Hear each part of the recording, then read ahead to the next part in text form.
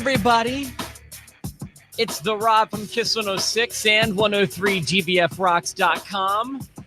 Excited to be on the podcast with my tag team partner in podcasting, the human suplex machine, Jerry Valeri. Good morning, Jer. Good morning, Rob. Good morning, Post to Post universe. Couple things before we get started. One, sorry, I'm a sweaty mess. I was at the gym. I showered, but it didn't necessarily take. So that's for any shower Jerry takes. Two, I'd like to just set the stage in case this happens. And based on the last 8 years of working here, I can tell you with this gentleman that this is going to happen. There is a guy. He is the voice of Penn State football. He is the voice of Penn State basketball. When it comes to Penn State athletics, he's been dealing with them for 30 years. He's like an icon in town. His name is Steve Jones. He's very good broadcaster, but he's a pain in my ass. And so, all right. He thinks he's funnier than he is. He thinks it's funny to he'll just open the door when I'm on the air. And be like, "You're a disgrace." And he thinks it's funny. And if I, heaven forbid, walk by his studio while he's on the air, he'll spend 10 minutes talking about me like his listeners know who I am, making fun of me. It's just what he does. And I'm telling you, he's coming in. I right before I called you for this, he was in here. He's like, "Look at you're a mess. You were at the gym where you weren't participating. I bet you were You're a stalker." He goes, "No, he's a stalker." And then he goes off. And I'm telling you, he's going to come in here. And the only reason he left is because his mic light was on, because his producer probably has been on the air drowning for 3 minutes waiting for him to come back into the studio. That's the kind of show he does. I'm telling you, pal, he's coming in.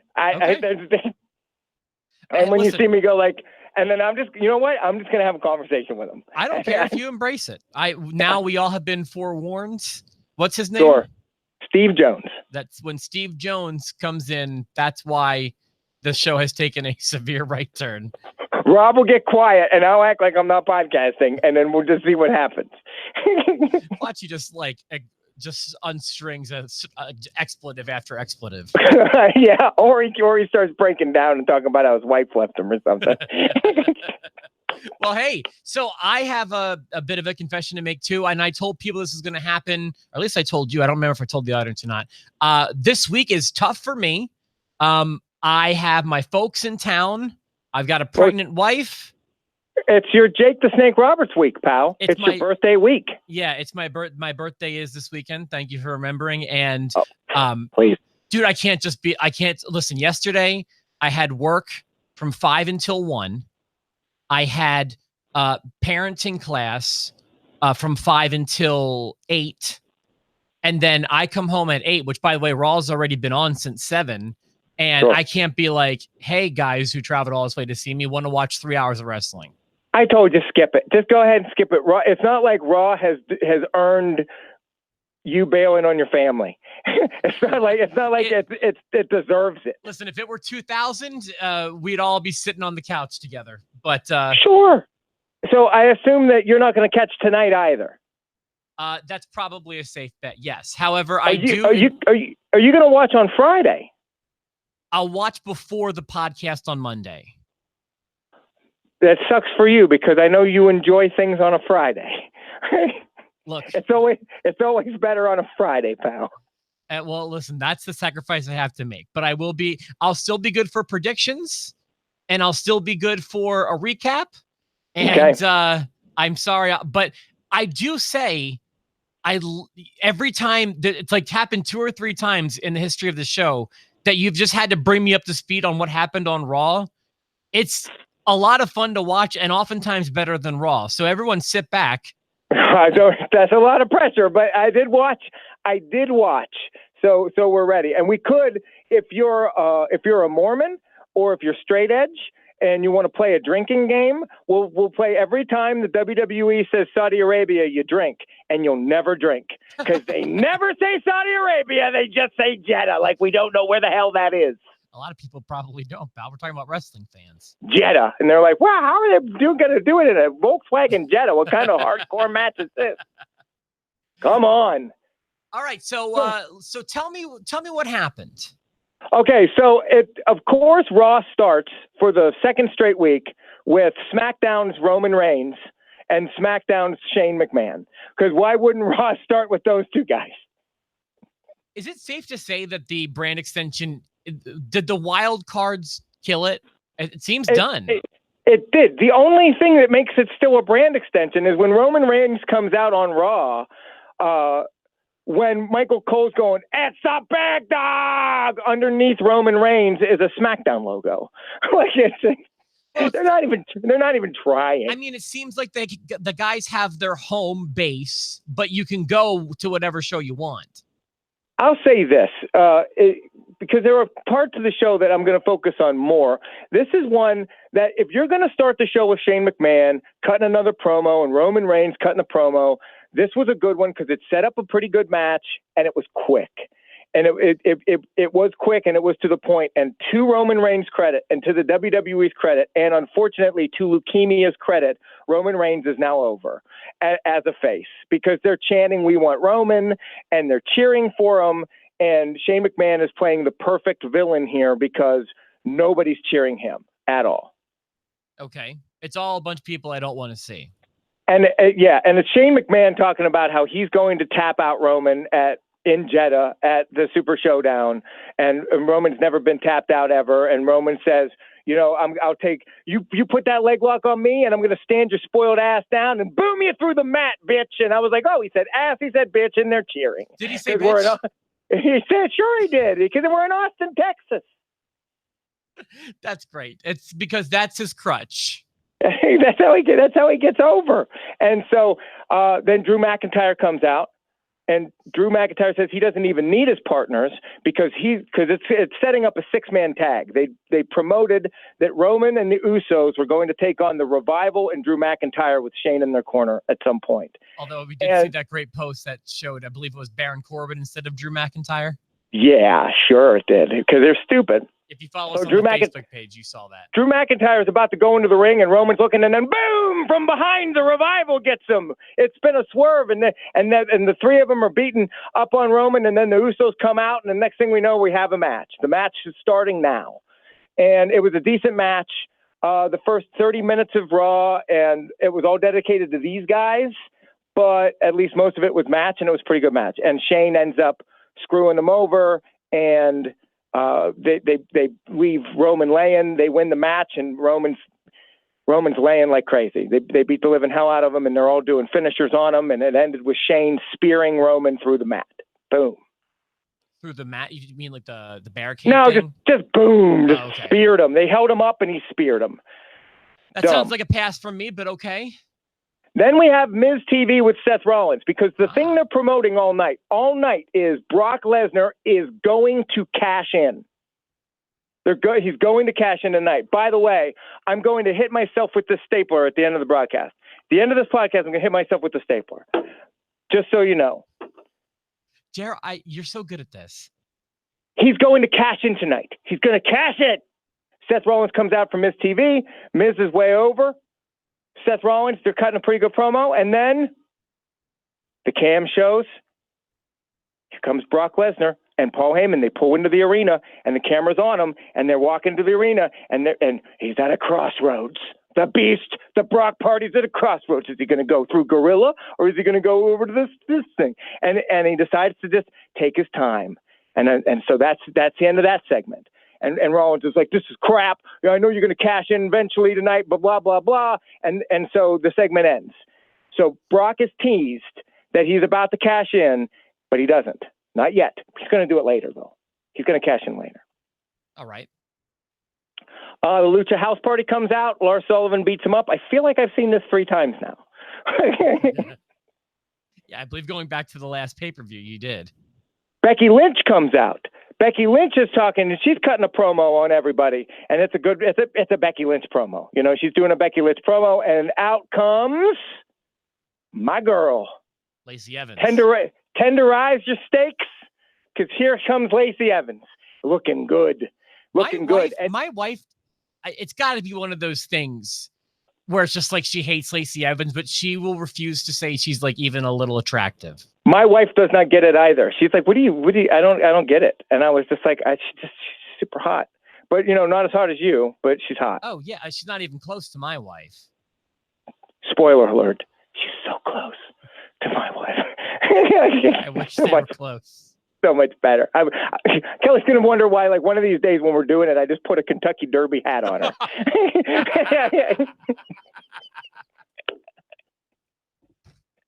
Just talk like a Southern belle already.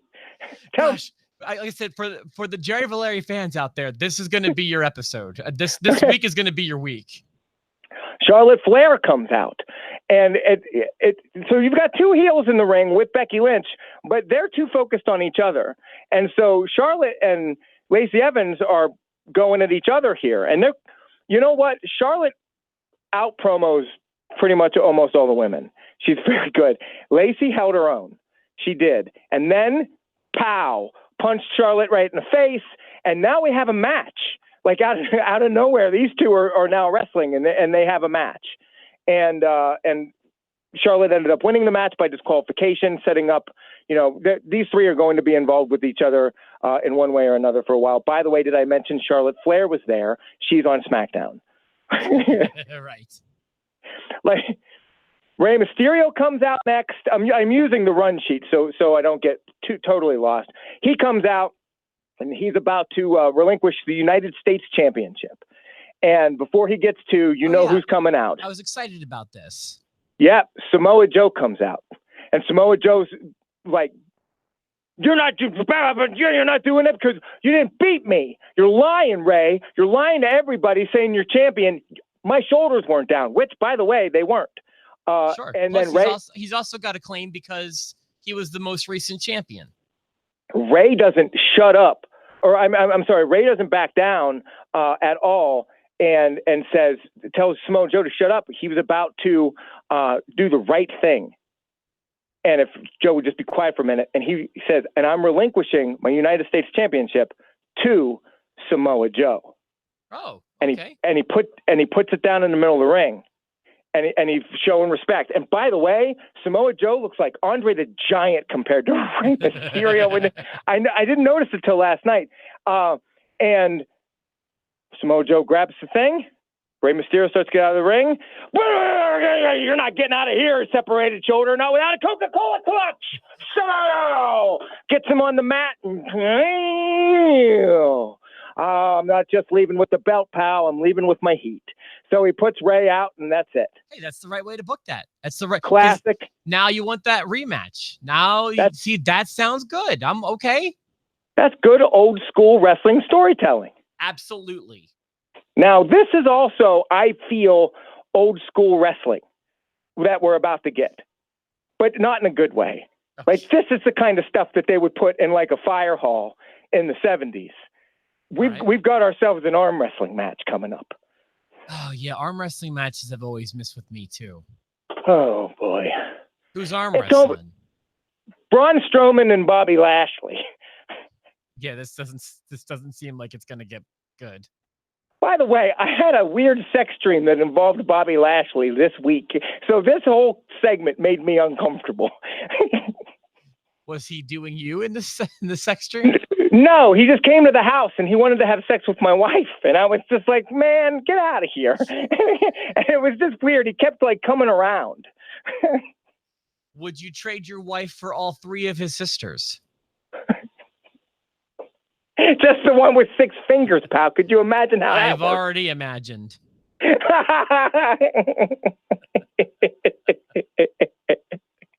Oh, my son's lucky I haven't tried using his Infinity Gauntlet yet.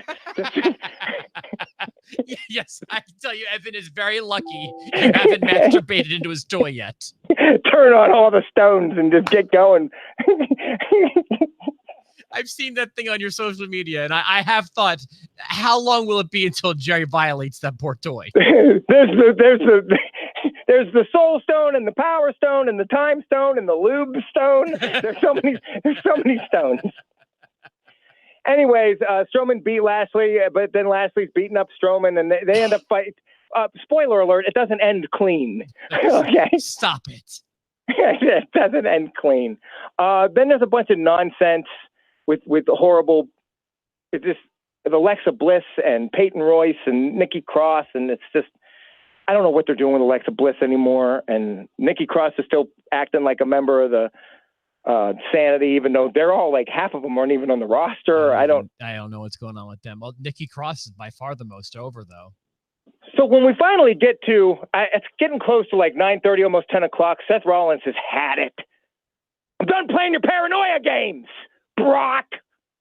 I mean, we've seen Brock a bunch. He's sitting in the back. He's got his case. He's listening to Beastie Boy remixes or whatever the heck he's doing. Is there real music? No, but he's pretending like it is. And by the way, he doesn't even have the boombox case anymore. He's just got the regular case. Who cares? He's still listening to it like a boombox. Seth Rollins comes out and he's had it. I'm sick of this. And by the way, I'm worried about what is and what will be, and what's gonna be is me fighting Baron Corbin in a match nobody wants to see, but we have to see it. Not in Saudi Arabia, but in Jeddah on Friday. Blah blah blah blah blah blah blah. This brings and then out comes Corbin. Oh, this is what we needed, some Baron Corbin on our Raw. So Baron Corbin comes out, and he's cutting a little bit of a promo on Seth and blah, blah, blah. And then the music hits. You know the music. And then out comes, and Lesnar's he's about to show up, and Rollins is looking at the ramp, and end of days, bang! Baron Corbin totally messed with him and knocked him out. Ha ha! I'm Baron Corbin. Oh, Baron psyched him out with Brock's music. Right. Gotcha. And so knocked him out. And then Brock's music hit again, and this time for real. Okay. And Brock comes out.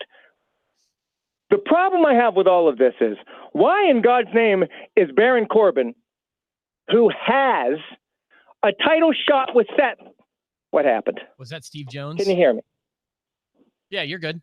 How are you there? Yeah. Well, I mean, you're not. Yeah, your phone's still fine, and so is your video. Got it. No, I hit an audio button and knocked everything off. He's got a title shot with Seth on Friday. Why does he want Seth to lose the belt to Brock tonight? That's a very good point, Jer. But he's helping him. Knocks out Seth. Brock comes out. And Lesnar comes out hot. And he hands the case. He's got a ref with him and Heyman. So he's got a ref. I told you, I'm going to hit myself with the stapler at the end of the podcast because Brock Lesnar's cashing in tonight. He's cashing in. He's cashing in tonight. They've been telling you all night he's going to cash in, and here he is with Heyman and the ref. And he gets into the ring, and he starts beating Seth stupid. Grabs a chair, and we're talking, listen, they're to the back and to the shoulder, and they're nothing to the head, but these are like Attitude Era chair shots. He is pounding him to death with this chair, and the chair is bending in half. Seth is taking some stiff ones. And then and Paul's like, call it, come on, cash it. And Brock's like, just wait. And Paul's like, but you gotta cash it. And Brock's like, just wait. And then bang, bang, and then puts the chair down, and then suplex, and then his other move, suplex from the other side of the ring, and then Paul's like, now get the ref in there, let's cash it in. And he was like, wait. And then he gets out and he grabs the case, and boom, boom, he starts beating Seth with the case. Bang, and Seth's back is bleeding. It looked like his ear was bleeding. He was dead. That's why I love Brock. I haven't even seen this, and I already know it's awesome. Brock beats the living poop out of him. And then he goes over to Heyman and has the case, and Heyman's like, now, let's do it now. And Brock, by the way, I'm going to hit myself with this stapler on Friday. They've been telling you all night he's cashing in tonight. He starts yelling at Heyman, Friday, not tonight, Friday, because the Prince of Saudi Arabia paid buku bucks to see me win a championship on Friday. So, Friday. Can I tell you something? Oh, Carney Vince is at it again, promising one thing and swerve-a-ruin us with the other. Let me tell you an experience I had today. So we were at the Donut Bank all day this morning, which is part of why we are doing this at a weird time and probably will be for the next 2 Tuesdays. Sure. 2 people came up to me and talked about Post to Post. Shout out Ryan and shout out Sean. Hi, Sean. Hi, Ryan. Both of whom watched the show. And we speak your names. We speak your names. Thank you. And so they were both asking me if I watched Raw last night. And I was like, you know, it's so funny. The first time I don't watch it in a year. And you guys are here talking about it. But yeah, I did not watch. And they're like, man, that Brock Lesnar, this, that, and the other thing. And I'm already smiling under my breath because he's the one guy who can get everybody upset. Like, it doesn't matter what level of the spectrum of wrestling fan you're on. He's got, I mean, the boos are, I mean, Austin, Texas, because Austin, Texas was toeing the line. I mean, they were a Vince McMahon crowd last night. They were chanting in the tag match at the beginning of the night, "We want Roman. We want Roman." When the hell, you're not getting that in Philly. Austin, Texas was all for the good guys and the bad guys, and they were booing Brock Lesnar out of the building. And so he's screaming about Friday. And then he grabs the Money in the Bank case again and beats the hell out of Seth some more. He's been beating him senseless for a good 8 minutes. And then he leaves.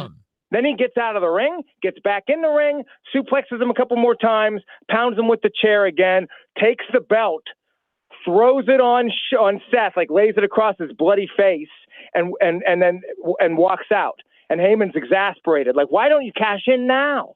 Why don't you do it now? And everyone's standing there, and out comes Fit Finlay, and out comes the back, and they bring the stretcher. And this is no Kofi Kingston stretcher job, because they put him on the stretcher, and I want to say they hospitalized Seth Rollins, but it's the WWE. So they medical facility Seth Rollins.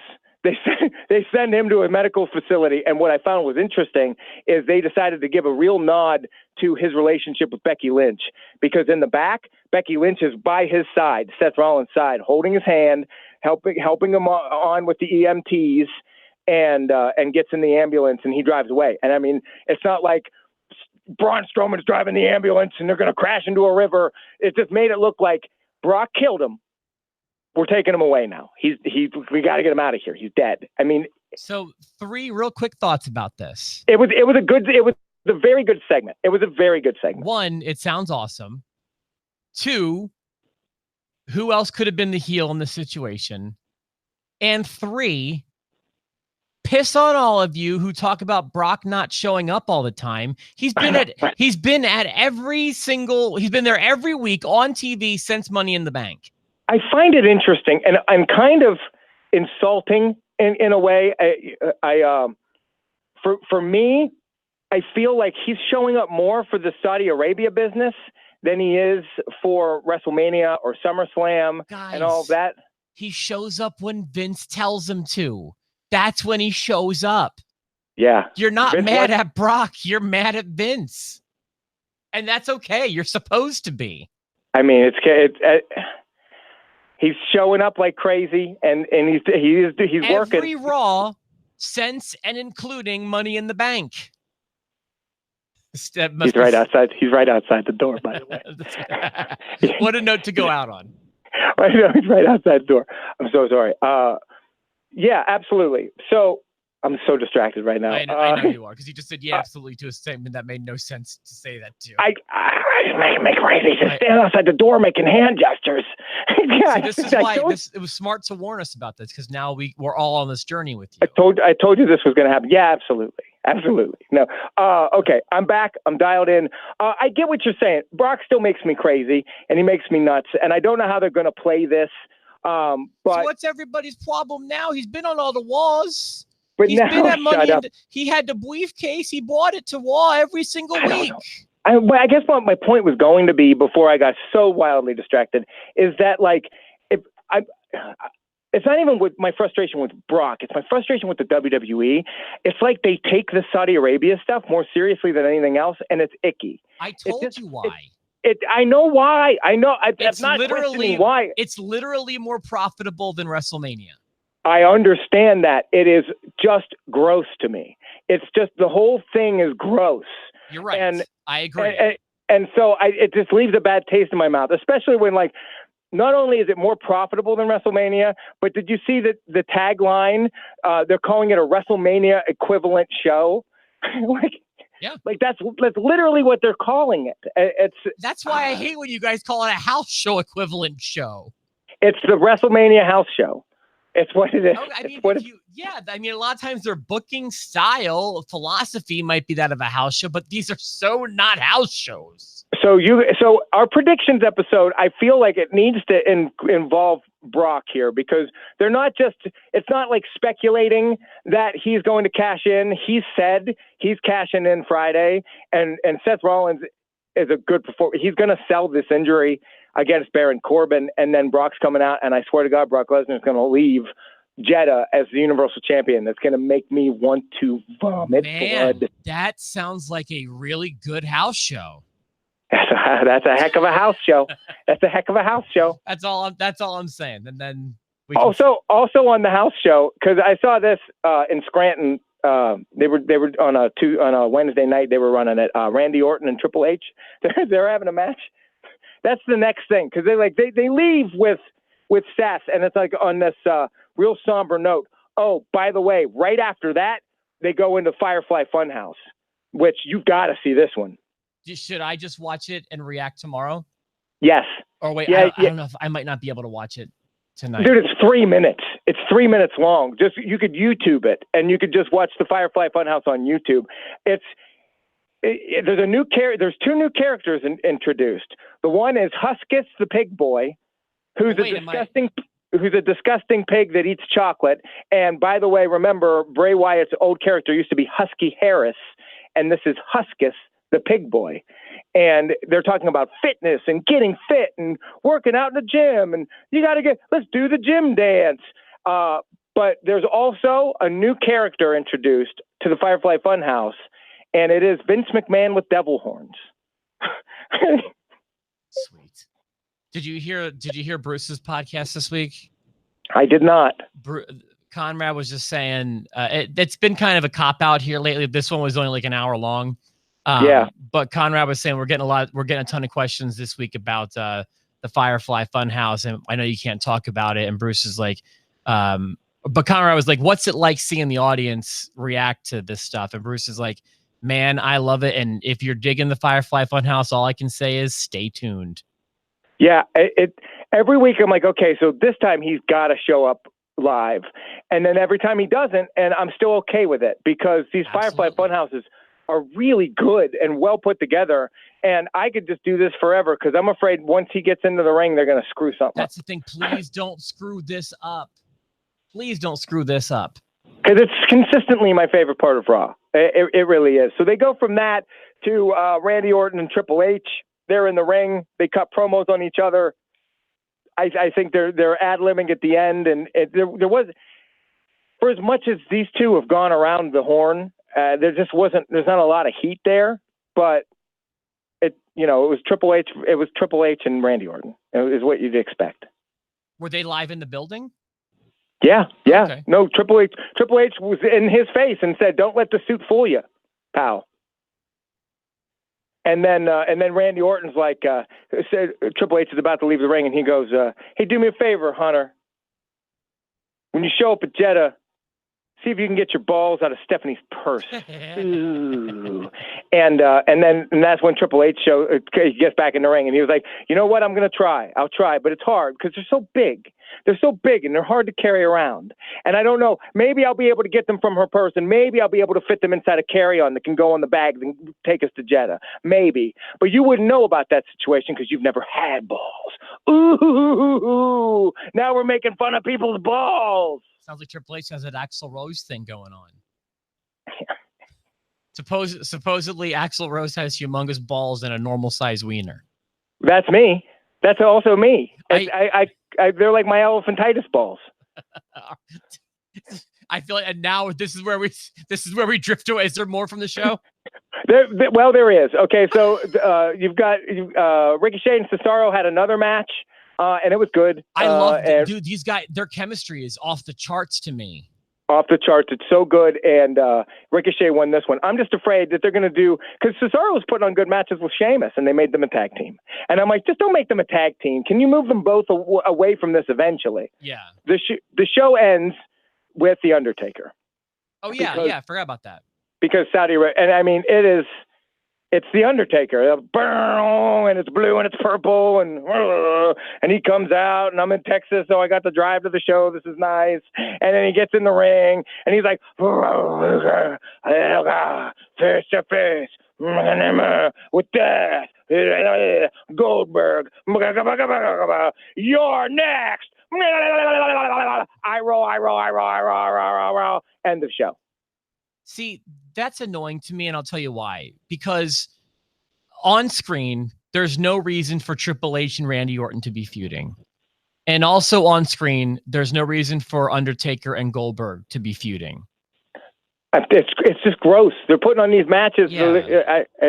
I don't love it, but I mean, it's the first time Undertaker and Goldberg ever wrestled, and part of me is like, you know what? Maybe we'll luck out, and Goldberg will just end Undertaker's career by accident, like he did Bret Hart's, and then we don't have to see this anymore. I'm saying the opposite. If anything, maybe Undertaker will accidentally end Goldberg's. Oh, just a little low on the tombstone, huh? Pal. I gave him the Hulk Hogan treatment from '92, pal. Ooh, I'll give him. You know what? I'll give him one of those Owen Hart pile drivers. That's Steve Austin. Just a little low on the butt. Stunk. Undertaker 316 says, I just broke your neck. I just broke your neck. And then Bret Hart just comes out and spits on him. Yeah, but then Bret falls off the stage and some guy tackles him, and then Dash Wilder's out there at the main event for no reason. Off one stage. You can't help that he got attacked. Don't victimize the victim. Don't. Dash Wilder's still going to give that stage a receipt. Dash Wilder's coming. He's coming for it. So it was an okay Raw. It's setting up big business on Friday. I mean, that's what it is. Big business on Friday. Okay. Well, listen, we're going to have big business for you later this week, because if you like this episode, I would imagine that Jerry's going to be doing the same thing for us tomorrow as well. I hope I didn't disappoint today. I'm so cooked. I'm cooked. Dude, and then I got so distracted. And he came back again, by the way. I fought through it, but he came back twice. Oh, standing at the window. But you know what? Good for you guys. That's what radio stations are supposed to do. He's like 65. What are you doing goofing around? The mic light's on. Happy birthday, Steve Jones. Happy early birthday to Rob. Yeah, Saturday. What, do you know what wrestlers you share a birthday with? Tatanka's the only one I know. Oh, boy. And Kanye West. Let's see. And Kanye West? I mean, should we save it for a different day, or do you want to do it now? Yeah, well, we're not going to do your birthday now because it's not your birthday yet, but I want to see today's birthday. All right, let's find out. June 4th, and then we're rolling, and we're out of here. I'll even play the music out. Oh, I'm very happy to say happy birthday to Gorilla Monsoon. Ah, happy heavenly birthday, Gorilla. And then two guys I've never heard of. I'll do my wife in the gorilla position. But she has to wear a Kentucky Derby hat. Actually, I'll be doing none of that. The doctor said there'll be none of that for the remainder of the pregnancy. I'm